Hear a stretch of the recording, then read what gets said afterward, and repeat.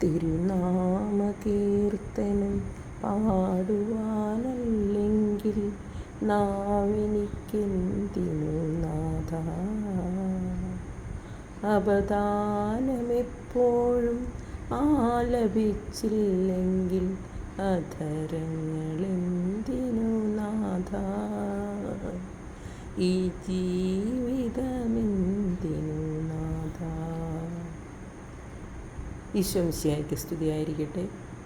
പിതാവിൻ്റെയും പുത്രൻ്റെയും പരിശുദ്ധാത്മാവിൻ്റെയും നാമത്തിൽ. സ്നേഹമുള്ളവരെ, ഇന്ന് മെയ് മാസം 5-ാം തീയതി, ഈസ്റ്റർ കഴിഞ്ഞ് 3-ാമത്തെ തിങ്കളാഴ്ച, പെസഹാക്കാലം.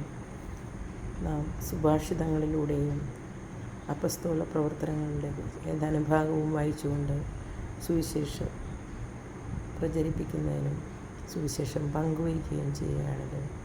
എന്നോടൊപ്പം പ്രാർത്ഥനയിലായിരിക്കുന്ന നിങ്ങളെ ഏവരെയും ദൈവകരങ്ങളിൽ ഞാൻ സമർപ്പിക്കുന്നു. നമുക്ക് പ്രാർത്ഥിച്ചുകൊണ്ടിരിക്കാം. ഇന്നത്തെ വചനഭാഗത്തേക്ക് കടക്കാം. സങ്കീർത്തന പുസ്തകം 73-ാം അധ്യായം 26-ാം തിരുവചനം നമ്മെ പഠിപ്പിക്കുന്നത്: എൻ്റെ ശരീരവും മനസ്സും തളർന്നു പോയേക്കാം, എന്നാൽ ദൈവമാണ് എൻ്റെ ബലം. അവിടെ നിന്നാണ് എന്നേക്കുമുള്ള എൻ്റെ ഓഹരി.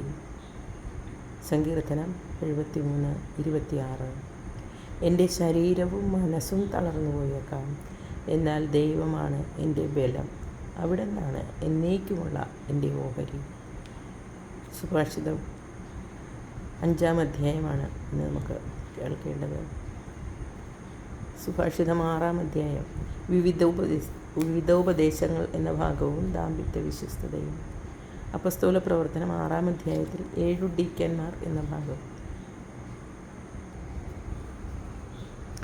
സുഭാഷിതങ്ങൾ അധ്യായം 5. ദുശ്ചരിതയെ സൂക്ഷിക്കുക. മകനെ, എൻ്റെ ജ്ഞാനത്തിൽ ശ്രദ്ധ പതിക്കുകയും എൻ്റെ വാക്കുകൾക്ക് ചെവി കൊടുക്കുകയും ചെയ്യുക. അപ്പോൾ നീ വിവേചനാശക്തി കാത്തു സൂക്ഷിക്കുകയും നിൻ്റെ അധരം അറിവ് സൂക്ഷിക്കുകയും ചെയ്യും. ദുശ്ചരിതയായ സ്ത്രീയുടെ അധരം തേൻ പൊഴിക്കുന്നു. അവളുടെ മൊഴികൾ തൈലത്തേക്കാൾ സ്നിഗ്ധമാണ്. എന്നാൽ ഒടുവിൽ അവൾ കാഞ്ഞിരം പോലെ കയ്പുള്ളതും ഇരുതല വാൾ പോലെ മൂർച്ചയുള്ളവളുമായിരിക്കും. അവളുടെ പാദങ്ങൾ മരണത്തിലേക്ക് ഇറങ്ങുന്നു. അവളുടെ കാലടികൾ പാതാളത്തിലേക്കുള്ള മാർഗത്തിലാണ്. അവൾ ജീവൻ്റെ വഴി ശ്രദ്ധിക്കാതെ എങ്ങോട്ടെന്നില്ലാതെ അലഞ്ഞു തിരിയുന്നു. അവളത് അറിയുന്നുമില്ല. ആകയാൽ മക്കളെ, ഞാൻ പറയുന്നത് കേൾക്കുവിൻ. എൻ്റെ വചനങ്ങളിൽ നിന്ന് വ്യതിചലിക്കരുത്. അവളിൽ നിന്ന് അകന്നു മാറുവിൻ. അവളുടെ വാതിൽക്കൽ ചെല്ലരുത്. ചെന്നാൽ മറ്റുള്ളവരുടെ ദൃഷ്ടിയിൽ നിൻ്റെ സൽകീർത്തി നഷ്ടപ്പെടുകയും നിൻ്റെ ആയുസ് നിർദ്ദയർ അപഹരിക്കുകയും ചെയ്യും. അന്യർ നിൻ്റെ സമ്പത്ത് മതിയാവോളം അപഹരിക്കുകയും നിൻ്റെ അധ്വാനത്തിൻ്റെ ഫലം അവരുടെ വീട്ടിലെത്തുകയും ചെയ്യും. അങ്ങനെ ജീവിതാന്തത്തിൽ ശരീരം ക്ഷയിച്ച് എല്ലും തോലുമായി നീ ഞരങ്ങിക്കൊണ്ട് പറയും: ഞാൻ എത്രമാത്രം ശിക്ഷണം വെറുത്തു, എൻ്റെ ഹൃദയം എത്രമാത്രം ശാസനത്തെ പുച്ഛിച്ചു. ഞാൻ എൻ്റെ ഗുരുക്കന്മാരുടെ വാക്കുകൾ കേൾക്കുകയോ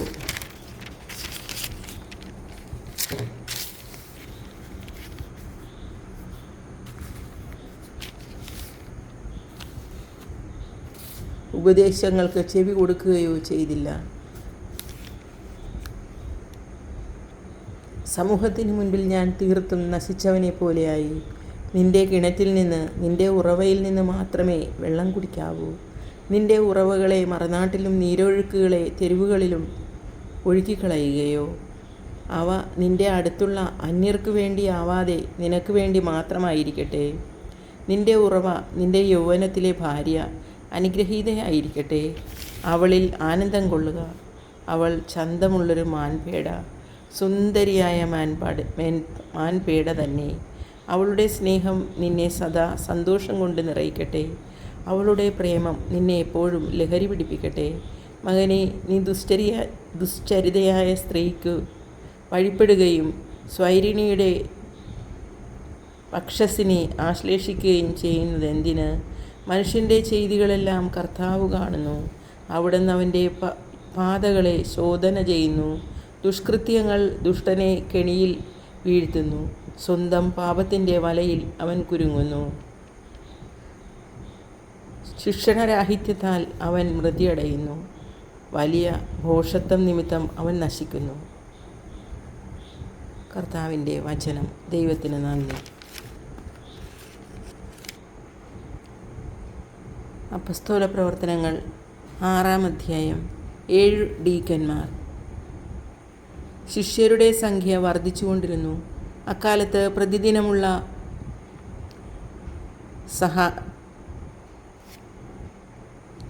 സഹായ വിതരണത്തിൽ തങ്ങളുടെ വിധവകൾ അവഗണിക്കപ്പെടുന്നുവെന്ന് ഗ്രീക്കുകാർ ഹെബ്രായക്കാർക്കെതിരെ പിറുപിറുത്തു.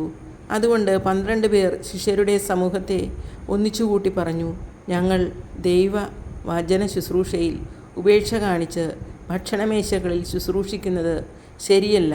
അതിനാൽ സഹോദരരെ, സുസമ്മതരും ആത്മാവും ജ്ഞാനവും കൊണ്ട് നിറഞ്ഞവരുമായ 7 പേരെ നിങ്ങളിൽ നിന്ന് കണ്ടുപിടിക്കുവിൻ.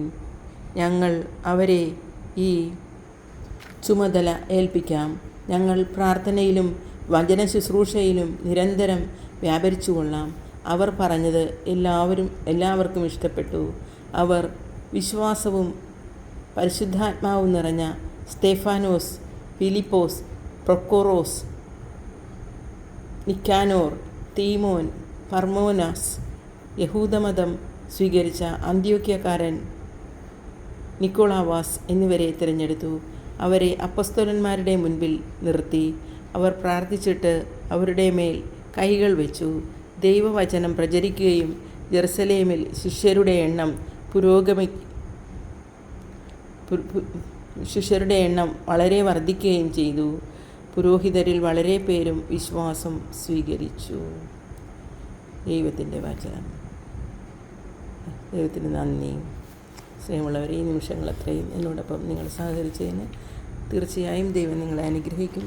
അവിടുത്തെ കരത്തിന് കീഴിൽ, ശക്തമായ കരത്തിന് കീഴിൽ നമുക്ക് താഴ്മയോടെ നിൽക്കാം. നല്ലൊരു ദിവസം ഞാൻ ആശംസിക്കുന്നു. നന്ദി.